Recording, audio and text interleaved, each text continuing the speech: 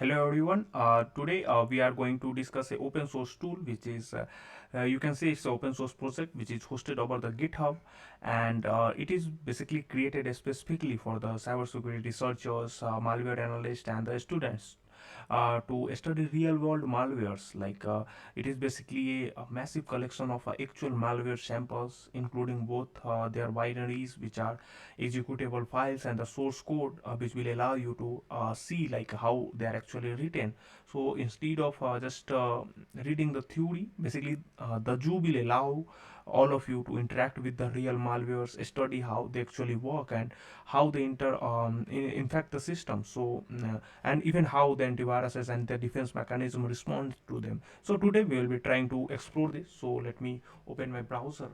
Uh, and this tool we will be using today is once again the zoo the Zoo GitHub. So this particular tool we will be discussing today. This will be a very these are all the famous some famous samples, some famous malware samples that you can find in a zoo will be like WannaCry, Jesus, Petas. Every malware you will be finding. Like this is a collection of tons of malwares, like around 300 plus malwares you will be getting over here. So today we will be discussing this particular tool to do it will be help you, like if you are a good professional, it will help you to analyze how the malware is being structured, understand the attack vector, and any infection mechanism, practice and building antivirus signatures, and learning the reverse engineering for the forensic analysis. So it will help you in a lot of steps. These are its configuration files that I will be coming into that, and it's a complete repository of a live malware. So once you get access to that, it will be having tons of malware over your system. So please make sure to care this carefully, because you don't have to randomly use that, because otherwise it will infect your own system. So do that on your own risk. And the Zoo was built for to make the cybersecurity education more practical and hands on the real world examples. That's why I'm showing you all. But yeah, don't try to harm anyone and don't try to misuse that, because this session is all the demonstration, and it's strictly for education purposes only, and I'm not encouraging or promoting any kind of illegal activities. So just my goal is to learn, understand, and strengthen the defense against the real world cybersecurity threat. So I will not suggest anyone to use that. So before starting that, always try to use this particular malware tool in a control environment, using a virtual box or virtual machines, VMwares, use a sandbox environment, and even the isolated lab setups where malware cannot escape and cause harm. So because it can destroy all of your data, it can steal your data, it can spy on you, it may be spread to your own network too, and can create a major damages if you don't handle all this properly. Because it basically allows, and it having these are the live and dangerous malwares, and this comes encrypted and locked for a reason. Don't use them unless you are absolutely sure what you are going to do. So don't try to use that. So I'm just moving out to my terminal, and then I will be utilizing that. So let me start with if I go over here, there is one file, readme.md. So basically it is like at the top, this file is extremely important because it gives you the overview what the Zoo project is, and the purpose behind the project, how to navigate and use the available malware. So if you want to read more about that, you can go to readme.in. This will help you to understand the Zoo product mainly. After that, these are the folder structures of this. Let me move back a little bit. So these are the folder structures. These are some more folders that is available over. We are also having some license details over here. Like if you want some what are the license details over here, you can go through that. All the controlled rules, configuration, code of conducts, everything is available over here. So you don't have to worry about that much about that. You can simply go through that. So first let me start the Joule, and then I will be downloading it from the very basics. So first I'm opening my Terminator, because I don't use terminal. Most probably I use Terminator, and I think I have already installed Joule. So mm let me run this Zoo. Python 3 and the zoo.py.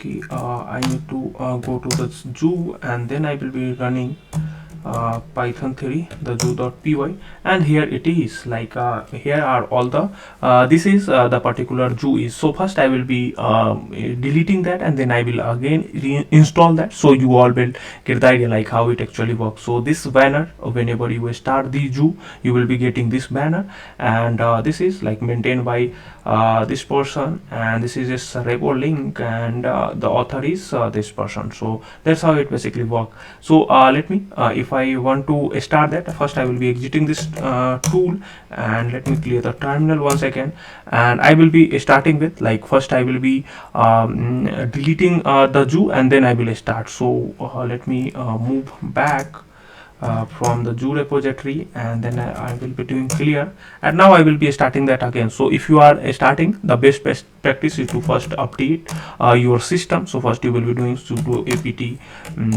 update, and then sudo apt upgrade y. So first you have to run this command to update your system, because sudo will allow you to run as a administrator or a root, and then apt update refresh the kali list for all the available packages, and apt upgrade y will upgrade all the packages to the latest version. So once you start, you have to just do that. I will be just putting my password over here, and it will start updating and upgrading my system. So it will take few more seconds. Once it's done, I will be coming back to all of you.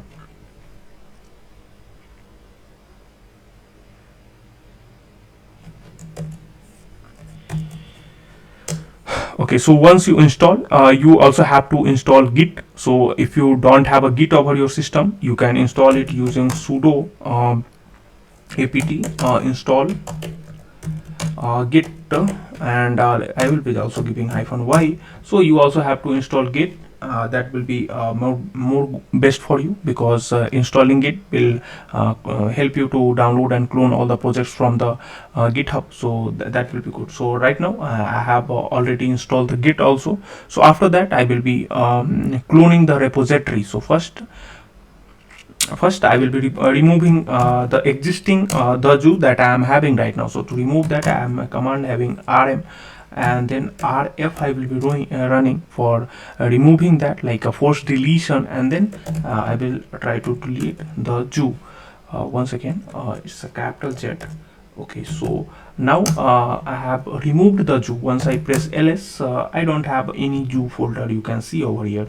So now I don't have any zoo, and now I will be starting. So I'm just clearing my terminal, and I'm moving back. Like once you like now I'm starting fresh. So first I have to come over here, and this link you have to clone. So this particular link you just need to copy it from here, and you will be again moving back to your terminal, and then you will be putting git clone and the link. So this is the particular link of a github.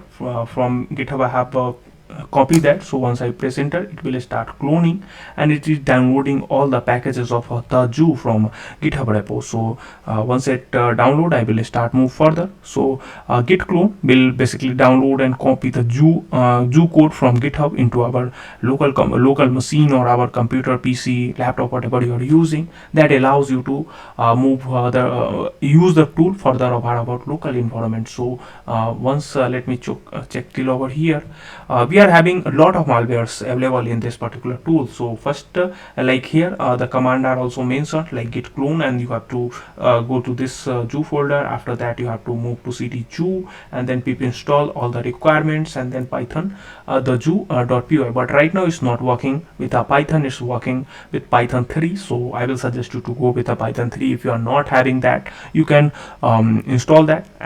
You install python 3 too, and it's a directory structure. If I talk about that, the malware file is encrypted in a zip archive, so you all have to decrypt all the malwares. There is a password for that. I will be coming back to that, and then make sure that you will be not using this particular tool for harming anyone, because it's a very very strong tool that contains a lot of malware over here. So it's still downloading. Just give it few more seconds, then I will be. So now it has finally downloaded. It has taken few. It will take few more time, like few more minutes if your net connection is little slow. In my case, it was little slow over here, so it has taken me around 5 minutes to download. Similarly, it will take you. So once you install that, you just have to go to the CD and then the zoo folder, and here we are. Once I press enter ls, we are having like configuration file, imports, malware. These are the most important. If I move to CD malware folder, CD malware, and I press ls, we are having all the binaries and source of all the malware. So if I move to CD CD source, okay, why is not moving? Okay, it's in a capital letter. Once again, CD source, and once I press enter, move ls, we are having the original and the reserved. So if I check like what are inside the reserved folder, so it will basically indicate all the things that is inside the file. So let me go. So now we are in a reserved folder. We are having some multiple malwares like revenge rat, then SpyNote 5.1. This is the latest version of SpyNote. Then Win32. So all these malware folders are available over this reserved category. If I do CD dot dot to move back from this reserved, and if I move to CD and the original folder of malwares, I'm just copying it from here and pasting it. So in original folder, we are having all these malwares available over here, like a Shadow September 2008. Then we are having WinNJRat. Here we are having Reboot May 2004. Then Jim Trojan. So even whatever malware is being made from the beginning of computer science and till now, you will be getting all of this. So even a lot of ransoms you can find. So you can move to any directory, you can log that, unlock that, and then you can utilize that. Even I'm looking for the dashboard of this proper tool, like from where you will be utilizing that and where you will be. So these are the file structure you have to go. Like this is a complete folder structure. Like if I let me move a little more back from here, CD, and I will be just moving to the zoo folder, CD dot dot, and if I just go in the zoo, and if I press ls over here, we are having something like conf folders also, and the imports also. So you can also take a look over there, like what are inside them. And this particular requirement.txt, you have to run it to install all the files. We are also having the docs folders. So if I go with like a CD conf, once again CD conf folder, and press ls, so we are having the malware databases and the database for variables. So we are having tons of stuff over here. So I'm just moving back from here, and I will be running this particular tool right now. So for running the particular tool, I'm just moving back from all of this. First, running the tools, you just have to do place ls, and once you install, once you clone the zoo from the GitHub, you will be having this interface. Then you have to find like where is 1 second, I'm unable to see where is the zoo. Yes, so here it is, the zoo. So you just have to go to like CD the zoo, you have to move into this folder. ls, we are having this requirement.txt that we actually have to run over here. So first, once you move to this zoo folder, let me clear once again. So once I clear that, I just have to install all the requirements. So for that, I will be doing like pip install pip 3. I will be utilizing it over here. Pip 3 install, sorry, my bad, install and then install -r requirements.txt. So this file I will be running, and it is like telling like it's a externally managed environment. So I have to make a external environment for a Python, and then I will be able to run this tool. Okay, so now here is telling like we have to create a virtual environment for a Python. So for that purposes, you will be running few commands that I am telling over here, like Python 3 and then -m and N once again VENV, and let me give the name as a TheZoo. I'm just giving it a name as TheZoo, and now the virtual environment it is being created. Now I have to activate the environment. So for that I will be doing like a source, and then the tool name, which is like the name that I have given to the virtual environment, like the zoo and slash win and slash activate. So now my virtual environment for Python is being started. Then I can do one more command, like pip install all the requests, like install and requests. So now all the request is being installed in this particular virtual environment of the zoo, and now I can install all the requirements. So now I can run this particular requirement.txt over here, and it will run properly fine. So now it is downloading all the requirements, because I have created a virtual environment for that. So if you even get this particular error of a virtual environment, first you have to use python 3-m vnv and the zoo, and then the source being activate, and then python install the request, and this is the name, like my virtual environment. You can also, like my vnv, you can put it over here, any name you can put, whatever you wish. So this is completely on it's your choice, like what the name you want to do. And now all the requirement for my particular tool, the zoo, is being installed over here. So once it's all done, I will be simply running python 3 and the tool name, which is the zoo.py. And once I press, this particular tool is being opened, like this program file contains all the lives and dangerous malware. This program is initiated to be used for malware analysis and research, but you all know what for what purposes people actually use them. So I don't have to tell much about that, but you all know like what you have to do, and what to go with that. So if I press help over here, okay, I have to write yes in a capital letter, sorry. And now you have to write yes in capital letter to accept everything. So yes I'm putting, and now my malware db is being loaded over here. So that's how you have to run this tool. And once it all loaded, I will be simply putting my favorite command, which is help menu, and it is showing all the available thing over here. So now we can do list all, to list all the modules, like whatever modules available over here. So once I list, here is all the modules that is available over here. Like if I go with there is a bb bot, then dbot, they are in a botnet categories. You all know what botnet is being used for. Then we are having some viruses like stuffs, then we are having some ransomware stuffs. And always try to utilize all this according to your use, and don't try to harm anyone by utilizing any. If you want to particularly search for all the ransoms, what are the ransoms you can practice for your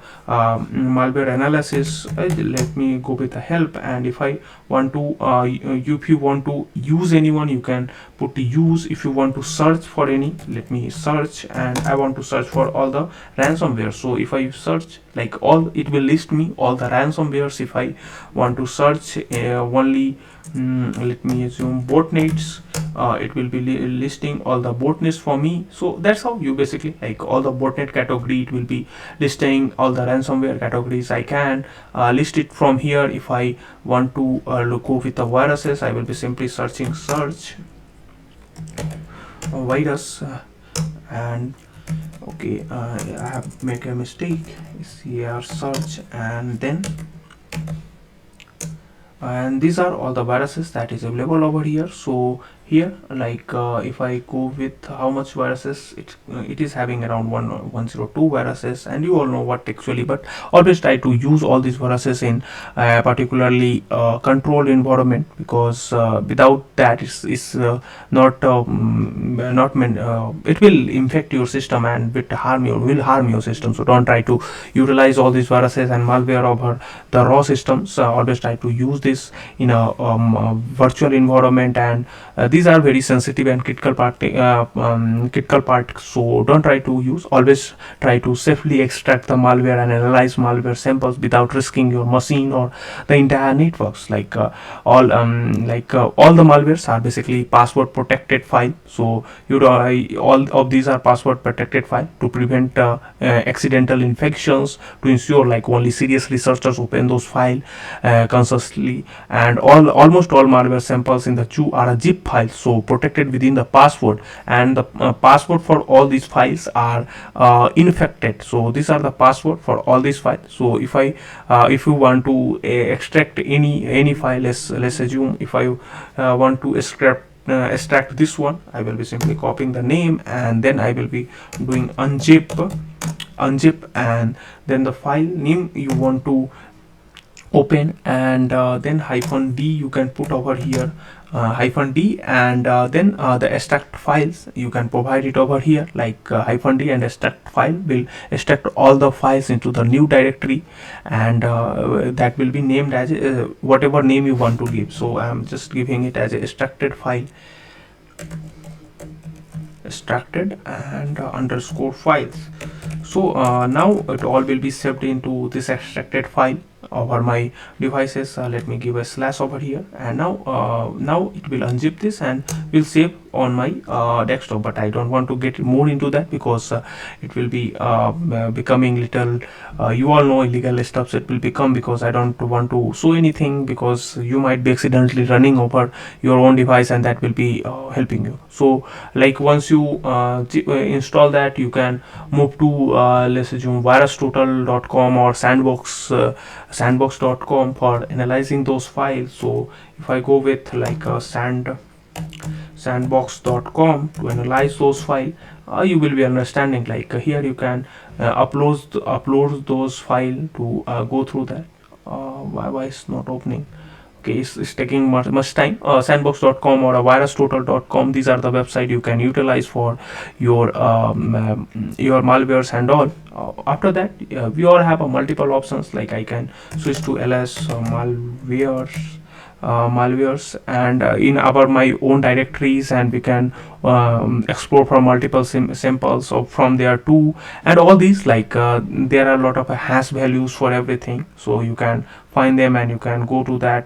All the hash values you will be also finding over its GitHub repo. Like if you come over here and go into this readme.me, here you can also find all the MD5 hashes and everything. Like if I go, like these are the .py files, requirements.txt, and let me go through that. Here you can find all the malware samples that is being like binary and sources.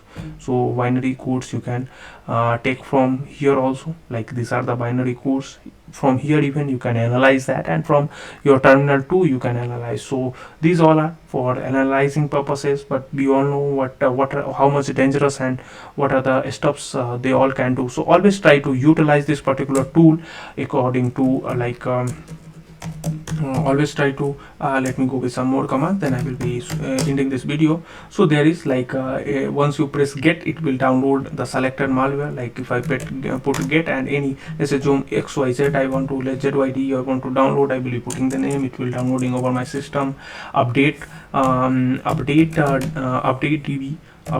db will allow me to update all the databases. So that's how we basically okay, update the database. Okay, so it's not basically updating, there is just some error, but it might be not be on your desktop, so no issues. If you want to use anyone, you will be simply use, and the id you can put from here, like these are the ids or names you can put, and list.out will allow you to show like what are the stuffs available over here. So that's all about this. Like I don't want to get into any legal complications while showing each and every stuff, so I don't want to get much into that. But yes, this is a very great tool to utilize, so I hope you will be enjoying while using this tool. So that's all for this video, and I will be making another video regarding some other tool that will be helping a lot. So this is just GitHub link. I will be trying to paste this link over the description tools to get more through that. So that's all everyone.